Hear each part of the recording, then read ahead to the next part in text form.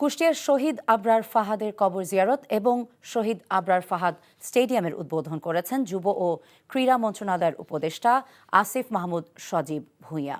দুপুরে জেলা স্টেডিয়ামে এসে শহীদ আবরার ফাহাদ স্টেডিয়ামের উদ্বোধন করেন আসিফ মাহমুদ। তিনি বলেন, আবরার ফাহাদ শুধু একটি নাম নয়, আগ্রাসন বিরোধী সংগ্রামের প্রতীক।